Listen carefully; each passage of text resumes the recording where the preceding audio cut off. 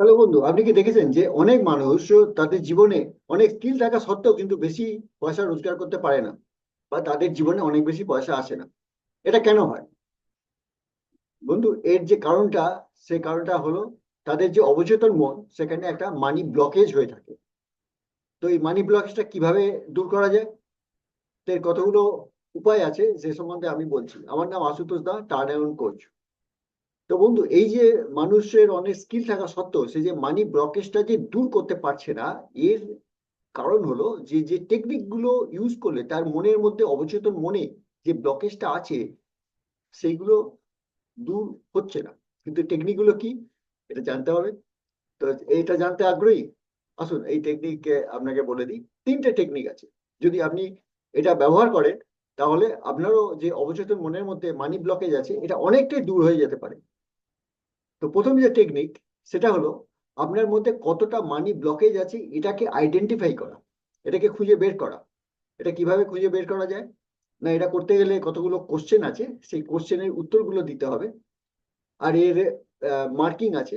ধরুন, প্রত্যেকটা কোশ্চেনে 1 করে নম্বর আছে। যদি উত্তরটা পজিটিভ হয় তাহলে 1 নম্বর, আর উত্তরটা যদি নেগেটিভ হয় 0। তাহলে যদি 20টা কোশ্চেনের মধ্যে যদি দেখা যায় 20টাই আপনার পজিটিভ হলো, তার মানে আপনার মধ্যে মানি ব্লকেজের পরিমাণটা অনেকটাই কম। মানে আপনার দিকে টাকা আসার সম্ভাবনাটা অনেক বেড়ে যাবে।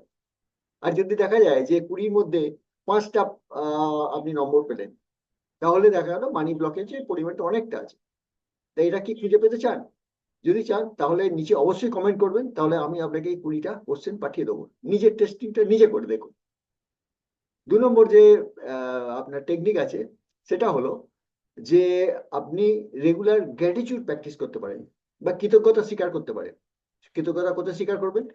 কৃতজ্ঞতা যে কোনো মানুষের প্রতি স্বীকার করতে পারেন। আপনি কোনো যদি ঈশ্বরকে বিশ্বাস করেন, তার প্রতি স্বীকার করতে পারেন।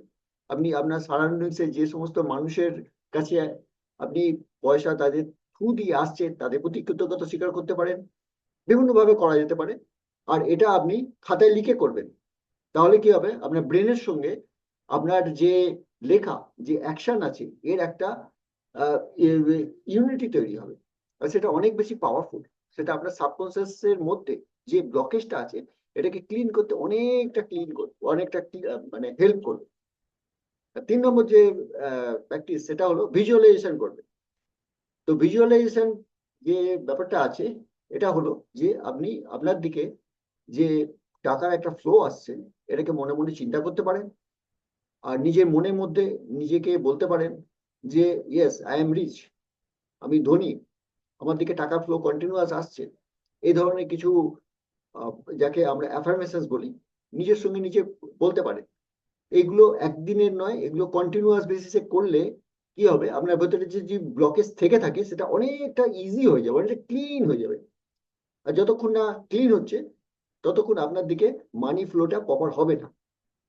এটা ঠিক জলের মতো। আপনি জলকে যদি আটকে দেন, জল ফ্লো হতে পারে না। কিন্তু যদি আপনি সেই বাধাটাকে কমিয়ে দিতে থাকেন, তাহলে দেখবেন ফ্লো হচ্ছে। ঠিক সেরকম আপনার দিকে টাকা আসতে চাইছে, কিন্তু আপনি নিজে অবচেতন মন দিয়ে এটাকে কি আটকে রেখে দিয়েছেন? এটাকে খুঁজে বার করতে হবে। আর সেটাকে ক্লিন করার জন্য এই 3টে টেকনিক ব্যবহার করে দেখতে পারেন। তো বন্ধু, কিরকম লাগলো অবশ্যই কমেন্ট করবেন। আর কমেন্ট করে এই 20টা কোশ্চেন আপনার দরকার এটা লিখবেন। ইয়েস, আমি চাই এই 20টা কোশ্চেন, তাহলে আমি পাঠিয়ে দেবো। আর পরবর্তীকালে একটা নতুন টপিক নিয়ে ভিডিও করব, তাতে আপনাদের সঙ্গে আবার দেখা হবে। ততক্ষণ পর্যন্ত ধন্যবাদ।